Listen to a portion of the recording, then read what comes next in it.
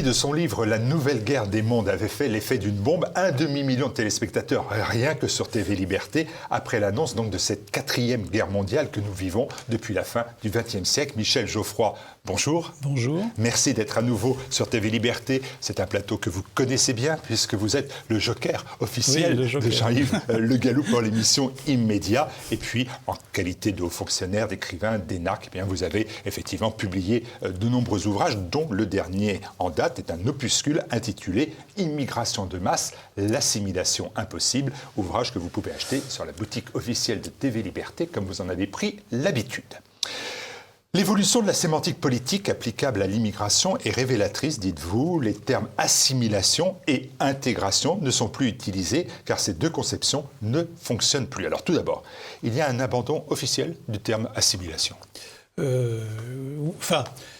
Officiellement, oui, on évoque de moins en moins l'assimilation. Vous avez vu que récemment, M. Macron, quand il était en Afrique du Sud, a même dit que finalement, maintenant, l'intégration, c'était plus à l'ordre du jour. Hein. Bon, donc aujourd'hui, on parle beaucoup de vivre ensemble. Hein. Donc ces trois termes sont intéressants à analyser. L'assimilation, ça implique un effort de la part de la personne qui rejoint une nouvelle culture, un nouveau pays, une nouvelle nation. C'est un acte individuel. Alors après, on a inventé, à partir des années 80, on a eu recours à un autre terme, qui était le terme intégration. C'est un terme qui n'était pas complètement neutre. Le terme intégration avait été évoqué notamment lors de la guerre d'Algérie, hein, où il s'agissait d'intégrer, disait-on, la communauté européenne avec la communauté musulmane. Donc l'intégration, c'est autre chose. Ça consiste à considérer qu'on va faire une nation avec des éléments différents, disparates, et non pas, comme dans l'assimilation, avec des éléments qui auraient une nature identique. Et puis le troisième terme, c'est le vivre ensemble. Alors, le vivre ensemble, c'est complètement différent. C'est finalement l'intégration, mais obligatoire. Hein. La problématique du vivre ensemble, qu'on décline aussi aujourd'hui autour du thème de la mixité sociale, dite sociale, ça consiste à rendre obligatoire la cohabitation de gens qui n'ont pas forcément envie de vivre ensemble, que ce soit les immigrants qui veulent conserver leur propre culture, ou que ce soit les autochtones qui n'ont pas envie forcément de vivre avec des immigrants. Donc la sémantique politique a effectivement beaucoup évolué, même si on assiste à un regain aujourd'hui du terme assimilation, mais un peu pour la regretter, en quelque sorte. C'est justement ça le sujet, c'est qu'en fait, on la regrette parce qu'elle n'est plus possible. Si j'ai bien compris, ce que vous dites, c'est qu'à partir des années 80, on a procédé à ce qu'on appelle une immigration de peuplement de manière très, très réelle et très massive, ce qui fait que cette notion d'assimilation a été remplacée par la volonté d'intégration, donc à la place de l'assimilation. Intégration, c'est un terme qui n'est pas neutre, hein, c'est quand même aussi une opposition qui est totale. C'est-à-dire que donc, dans les années 80, il y a un changement brutal et très fort de la politique d'immigration en France. Bah oui, parce que l'intégration a été de pair avec un discours sur le fait que les immigrants devaient pouvoir conserver leur culture d'origine dans leur pays d'accueil. Ce qui est là aussi le contraire de la logique d'assimilation, par définition. Donc ça traduisait tout simplement le fait qu'il y avait eu un bouleversement de l'immigration, car on passe d'une immigration qui, dans l'histoire, a été très limitée, et qui a été surtout une immigration familiale ou de quelques personnes, à une immigration de masse aujourd'hui. Ce ne sont plus aujourd'hui des individus qui arrivent en Europe, qui arrivent en France notamment, ce sont des groupes humains, des peuples, des populations. Et donc l'immigration change complètement. Et donc c'est parce que l'immigration change complètement qu'on commence à essayer de trouver des biais sémantiques pour tirer la conséquence du fait que l'assimilation classique que nous avons connue, c'est-à-dire personnelle, de longue durée, et maintenant n'est plus possible. Est-ce que ça n'est pas dû tout simplement à la réalité ? Quand on quittait un pays d'origine pour un pays d'accueil, on larguait les amarres, on n'était plus en capacité, a priori, de revenir vers le pays d'origine. Donc il fallait faire un choix. Aujourd'hui, on voit bien que les pays d'origine, dans le village mondial, ils ne sont pas loin. Ça a 2 heures, 3 heures d'avion au maximum. On y conserve sa famille, on y conserve les appels téléphoniques, on y conserve beaucoup des caractères qui définissent son identité. Est-ce que donc cette notion d'assimilation et d'intégration, elle ne tombait pas du fait même de l'évolution de la société mondiale ? Oui, enfin, il y a plusieurs éléments. L'assimilation, d'abord, suppose quand même une relative proximité culturelle entre l'arrivant et le pays d'accueil. Aujourd'hui... La langue, par exemple. Ne serait-ce que la langue, mais aussi les traditions et la religion. Aujourd'hui, c'est ce que dit d'ailleurs Didier Lesky, là, le président de l'Office d'immigration, il dit aujourd'hui, le décalage culturel est abyssal, vertigineux. Bon. C'est-à-dire qu'aujourd'hui, on a des gens qui proviennent d'une culture complètement différente de la nôtre, une culture par exemple très différente sur les rapports entre l'homme et la femme, une culture religieuse évidemment très différente, puisque l'écrasante majorité des immigrants aujourd'hui viennent de pays musulmans ou de pays africains qui n'ont pas du tout la même relation à l'individu, à la société que la nôtre. Donc ça, c'est une première raison pour laquelle l'assimilation fonctionne très difficilement. De ce point de vue-là, si on fait la comparaison avec les États-Unis, qui se présentent toujours comme un pays qui donne des leçons en matière d'immigration, même si en réalité c'est plus un pays de colonisation qu'un pays d'immigration, il ne faut pas oublier quand même que pendant l'essentiel de la période de construction des États-Unis, les migrants sont des Européens et sont même en majorité des protestants, puis après il y a eu des catholiques, donc pour lesquels il y a une extraordinaire osmose culturelle. Mais même dans ce cas-là, il faut quand même faire un effort. L'assimilation, ça c'est le deuxième point, suppose un effort de la part de celui qui rejoint la société. L'assimilation ne tombe pas du ciel. Je veux dire, il faut faire un effort. Une volonté. Il faut une volonté, oui, un effort, une volonté. Il faut être accepté de renier un peu son propre passé, s'adapter à des traditions qu'on ne connaît pas. Donc je veux dire, voilà. Alors enfin, vous avez raison. Le déplacement aujourd'hui, l'immigration est très différente. Il suffit de regarder ce qui se passe dans les quartiers de l'immigration. On voit des paraboles sur les immeubles. Aujourd'hui, les techniques de communication permettent de rester très facilement en contact avec son pays d'origine. Situation qui n'existait pas même dans la première moitié du XXe siècle. Avant, il fallait écrire à sa famille. Il suffisait, on n'avait pas un portable. Donc, il y a effectivement des changements technologiques qui ont rendu l'assimilation plus délicate. Mais le vrai sujet, la raison n'est pas essentiellement technologique, elle est fondamentalement culturelle et elle est liée à la masse. Je veux dire, l'assimilation, c'est un processus personnel et individuel, de longue durée, et c'est un processus difficile. Aujourd'hui, nous sommes confrontés à un phénomène complètement inverse. Ce ne sont pas des individus qui arrivent, mais des populations. Et deuxièmement, avec une très forte concentration, à la fois dans l'espace et dans le temps. Phénomène donc qui est complètement nouveau, et d'ailleurs très différent même de ce que les États-Unis ont connu au cours de leur histoire pendant 200 ans de développement. Est-ce que une voix qui avait été celle du président Sarkozy, enfin tout au moins exprimée par lui, est crédible, c'est-à-dire entre assimilation et intégration, pour répondre à ce que vous dites, c'est-à-dire au regroupement de la masse et de la population, on revient à l'individu, on essaie de revenir à l'individu à travers ce qu'il a appelé l'immigration choisie. Est-ce que ça, c'est un argument recevable ou c'est une pirouette? Oui, alors si j'étais méchant, je dirais le président Sarkozy avait une grande habitude des oxymores politiques. Il nous a parlé aussi de la laïcité positive, c'est-à-dire le contraire de la laïcité en fait.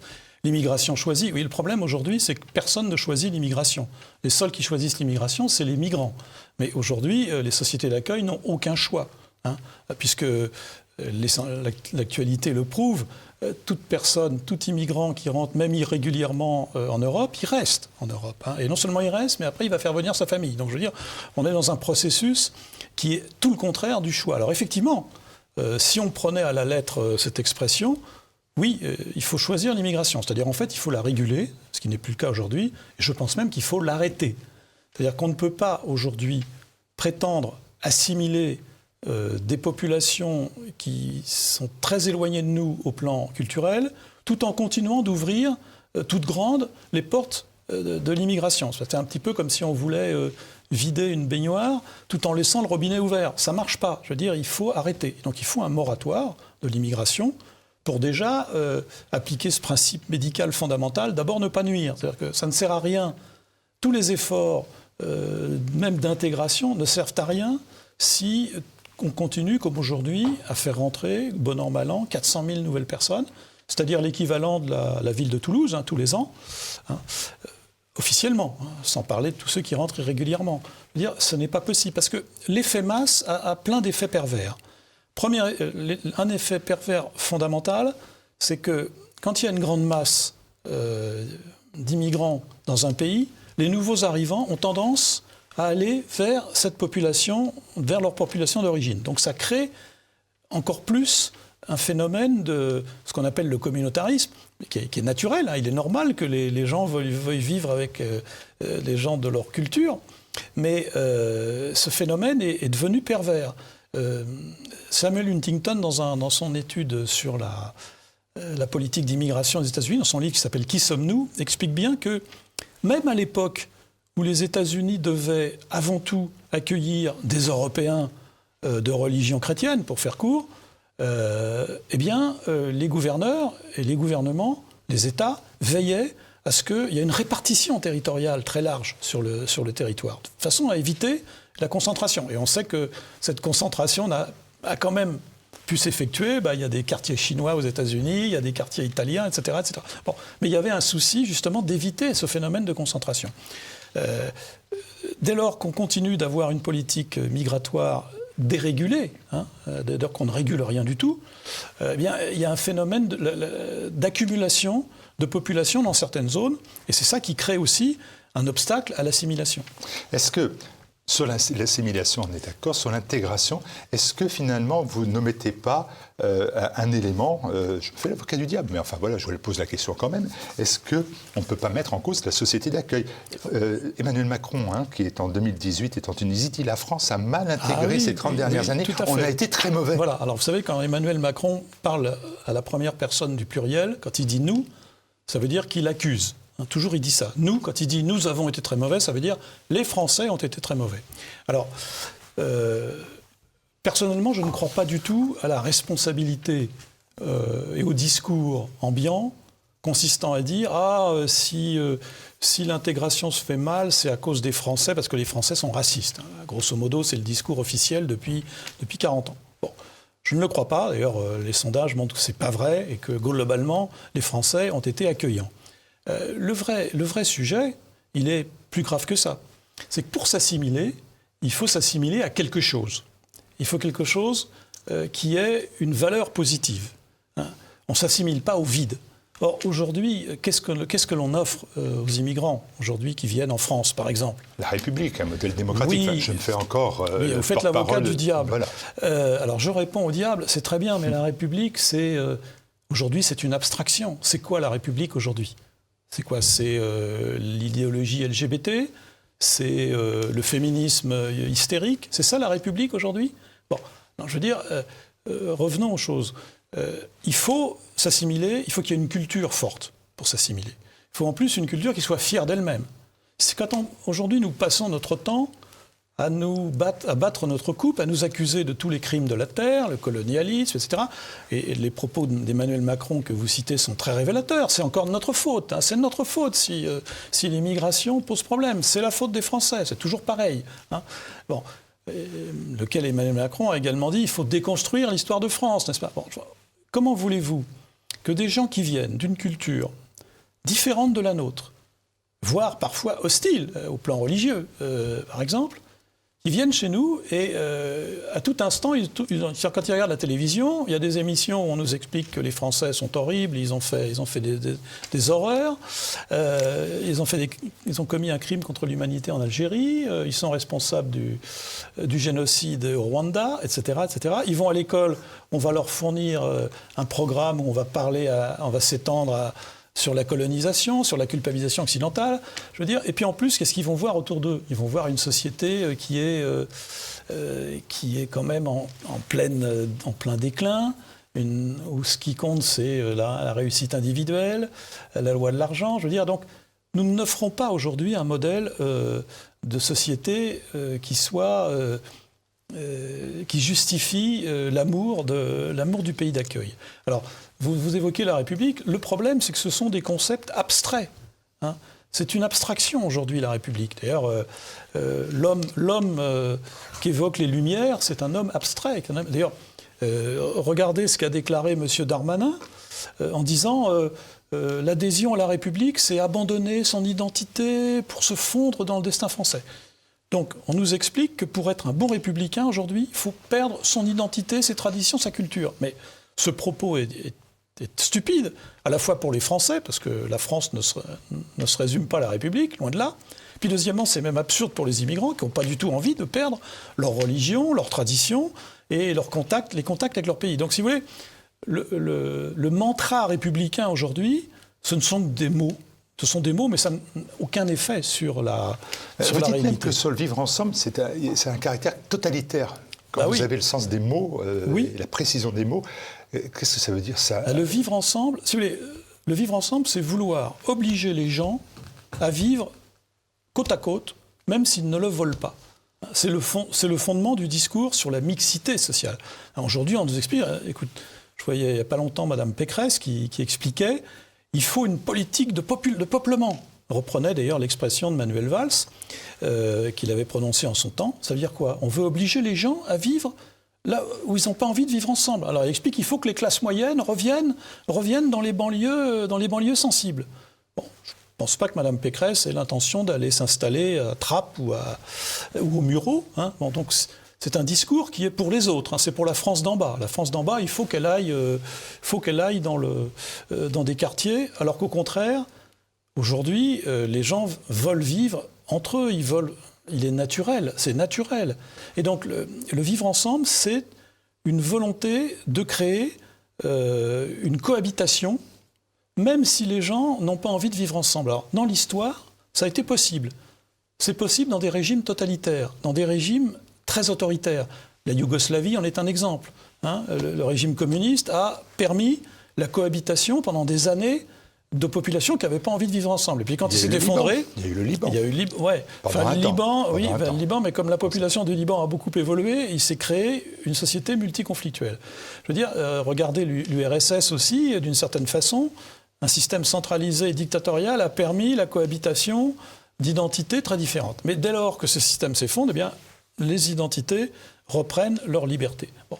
Donc c'est pour ça que le vivre ensemble ne marche pas, parce qu'on peut pas rendre l'amour obligatoire, on ne peut pas rendre l'affectio societatis obligatoire. Ça n'a pas de sens. Hein. Et qui plus est, encore une fois, tous ceux qui préconisent cette belle politique se gardent bien sûr, de se l'appliquer à eux-mêmes. Hein. Eux, ils vivent dans des quartiers privilégiés, ils mettent leurs enfants dans des écoles privilégiées, et donc ils n'ont aucun problème avec la cohabitation, ils ne la vivent pas. Bon.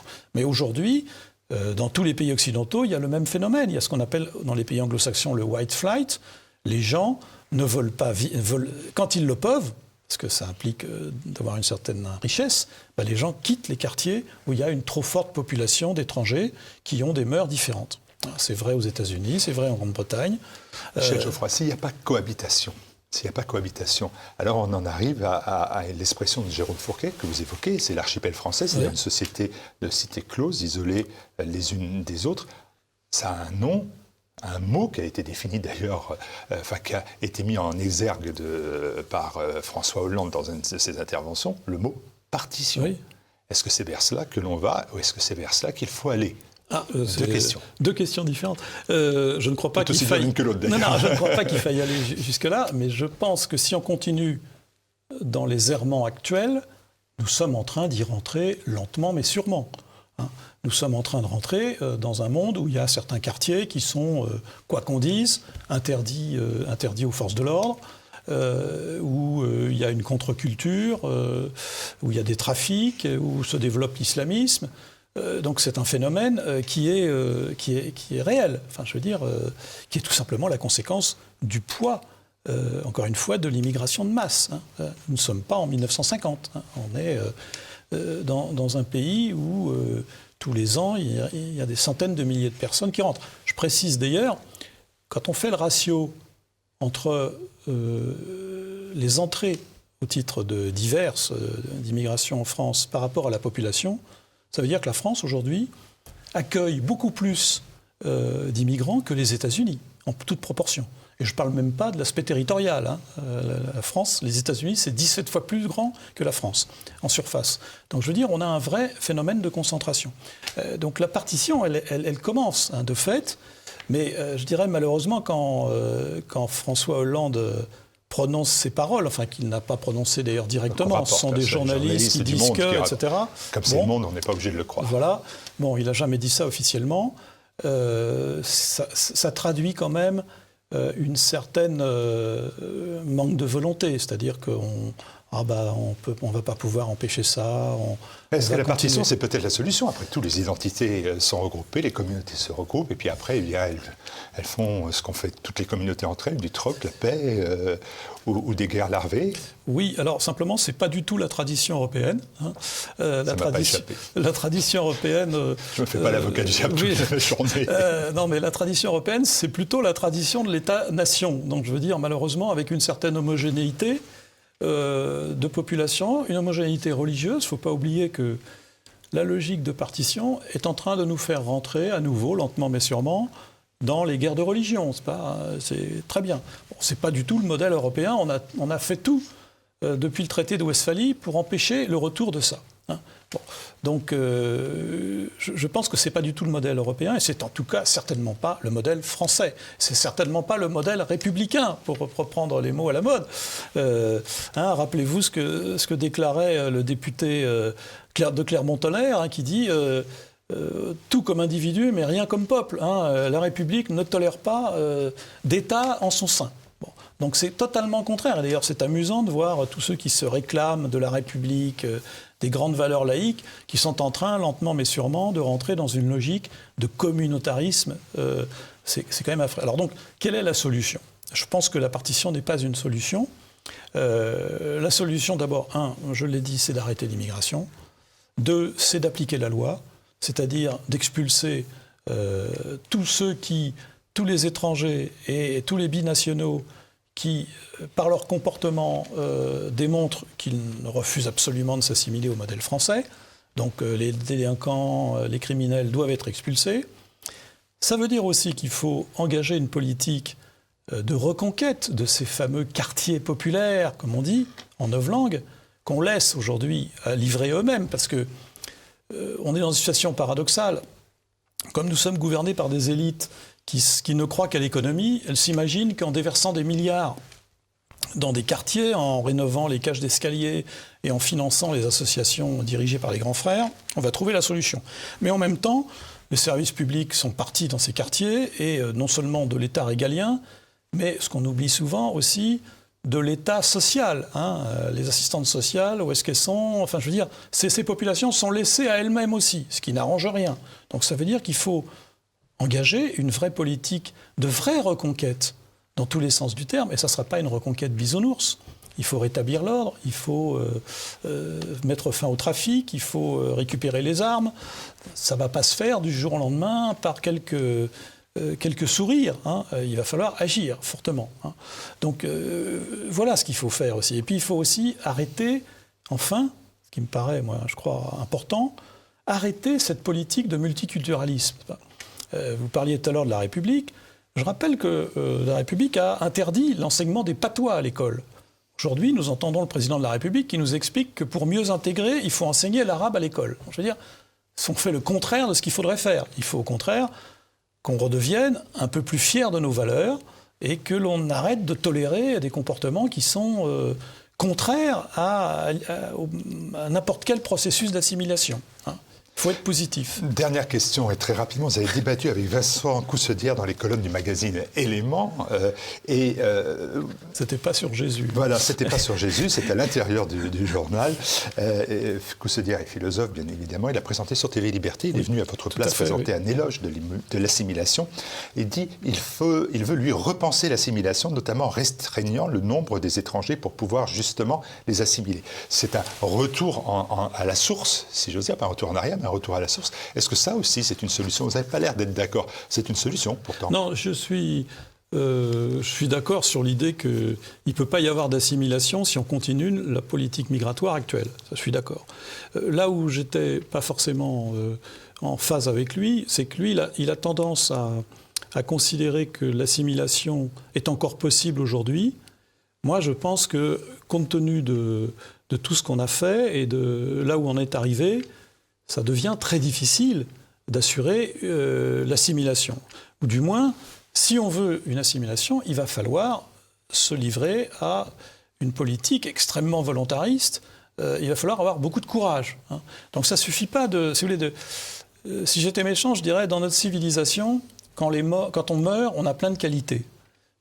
C'est pour ça avec l'assimilation. Aujourd'hui, on dit « Ah, l'assimilation, c'est drôlement bien, c'était drôlement bien ». Oui, le problème, c'est que l'assimilation, elle est morte, elle est devenue impossible, compte tenu, encore une fois, de notre politique migratoire. Donc, pour revenir à ce que disait Vincent Cousselière, il est évident que si on veut de l'assimilation, il faut arrêter cette folle politique migratoire. Oui, et donc il faut choisir mieux l'immigration, il faut la réguler, ce qu'on ne fait pas, ce que l'on ne fait pas. Cet ouvrage en préambule de la campagne de 2022 qui intégrera forcément cette difficile question de l'immigration, comme tous les 5 ans, pour aboutir, on le sait, on verra bien en 2022.